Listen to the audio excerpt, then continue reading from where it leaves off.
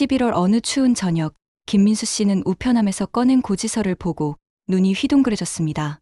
지난달 난방비 무려 28만 원. 작년 같은 달에 비해 거의 2배에 가까운 금액이었죠. 이대로는 안 되겠다는 생각이 들었습니다. 그날 밤, 김 씨는 난방비 절약 대작전을 시작하기로 마음먹었습니다.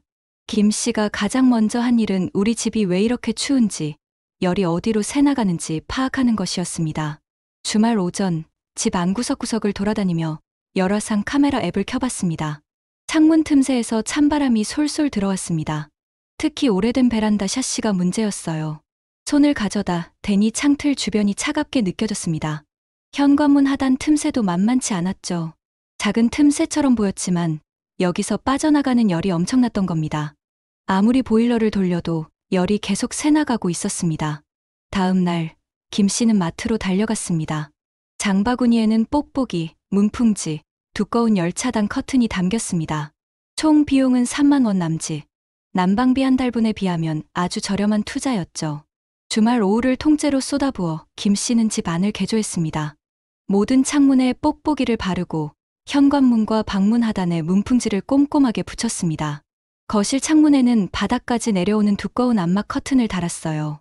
평소 같으면 창과 소파가 스산하게 차가웠는데 이제는 훨씬 포근했어요. 김 씨의 입가에 미소가 번졌습니다. 단열은 시작에 불과했습니다. 김 씨는 이제 보일러 사용법을 근본부터 바꾸기로 했습니다. 지금까지 김 씨는 아침에 집을 나서면서 보일러를 끄고 저녁에 돌아오면 바로 최고 온도로 확 올리곤 했어요. 추운 집을 빨리 따뜻하게 만들고 싶었거든요. 하지만 이게 바로 난방비 폭탄의 주범이었습니다.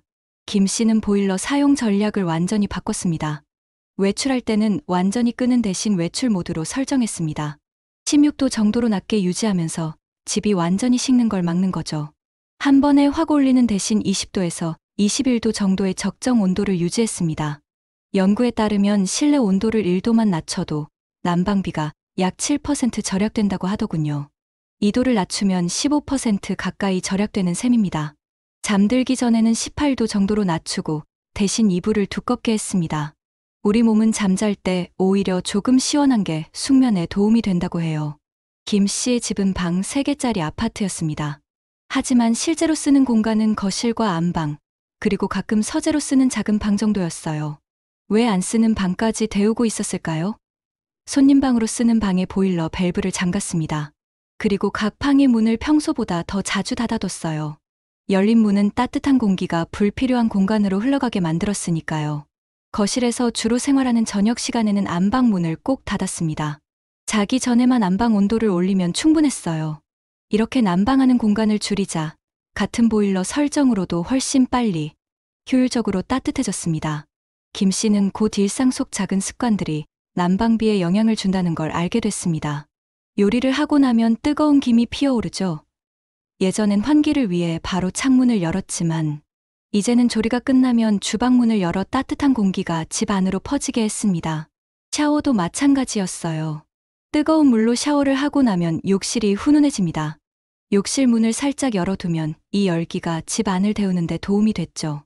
옷차림도 바꿨습니다. 집에서도 얇은 옷만 입고 보일러에 의존하던 습관을 버렸어요. 내복을 입고 두꺼운 양말을 신고 목도리를 둘렀더니 실내 온도가 19도만 돼도 충분히 따뜻했습니다. 김 씨는 똑똑한 투자를 하나 더 했습니다. 바로 전기장판이었죠. 소파에 앉아 TV를 보거나 책을 읽을 때 집 전체를 24도로 만들 필요가 있을까요? 전기장판이나 온열 매트는 전기를 쓰긴 하지만 집 전체를 난방하는 것보다 훨씬 효율적입니다. 김 씨는 거실 소파에 전기장판을, 책상 아래에는 발온열기를 놓았어요. 이제 집에서 일할 때는 보일러는 18도로 낮춰두고 발온열기만 켜면 됐습니다. 몸이 닿는 부분만 따뜻하게 하면 실내 온도가 조금 낮아도 전혀 춥지 않았거든요. 김 씨는 보일러 점검 서비스를 신청했습니다. 기사님이 오셔서 보일러 내부를 청소하고 배관 상태를 점검했어요. 배관 안에 이물질이 꽤 쌓여 있었습니다. 기사님은 이걸 청소하면 효율이 10% 이상 올라간다고 말씀하셨어요. 실제로 청소 후 같은 온도 설정인데도 방이 더 빨리 따뜻해졌습니다. 몇 년간 제대로 된 점검 없이 사용했던 게 문제였던 거죠. 김 씨는 창문 틈새에 추가로 실리콘 코킹 작업도 했습니다. 3만 원 정도 들었지만 이제 창가에서도 쌩쌩 불던 바람이 완전히 사라졌습니다. 12월 초 첫눈이 내리던 날, 김 씨는 우편함을 열며 긴장했습니다. 지난달 난방비 고지서가 들어있었거든요. 고지서를 펼쳐든 순간 김 씨는 소리를 질렀습니다. 11만 원. 전년 같은 달 28만 원에서 무려 17만 원이나 줄었습니다. 60% 이상 절감된 거죠. 뽁뽁이, 문풍지, 전기장판 등에 투자한 돈을 빼도 이번 달만 14만 원을 아꼈으니 투자금은 단 한 달 만에 회수한 셈입니다. 김 씨는 소파에 앉아 창밖에 눈을 바라봤습니다. 예전에는 겨울이 두려웠어요. 추위도 추위지만 날아갈 듯한 난방비가 걱정이었거든요. 하지만 이제는 다릅니다. 집은 따뜻하고 지갑은 든든했습니다. 김 씨는 따뜻한 차를 한 모금 마시며 흐뭇하게 미소 지었습니다. 김민수 씨의 이야기는 여기까지입니다. 난방비 폭탄은 막을 수 있습니다. 거창한 집수리나 비싼 설비가 필요한 게 아니에요. 작은 관심과 습관의 변화, 그리고 몇만 원의 현명한 투자만 있으면 충분합니다. 단열을 강화하고 보일러를 현명하게 사용하고 생활 습관을 조금 바꾸세요. 그러면 여러분도 이번 겨울 따뜻하면서도 경제적인 시간을 보낼 수 있을 겁니다. 혹한의 겨울이지만 여러분의 집은 포근하고 지갑은 든든하길 바랍니다.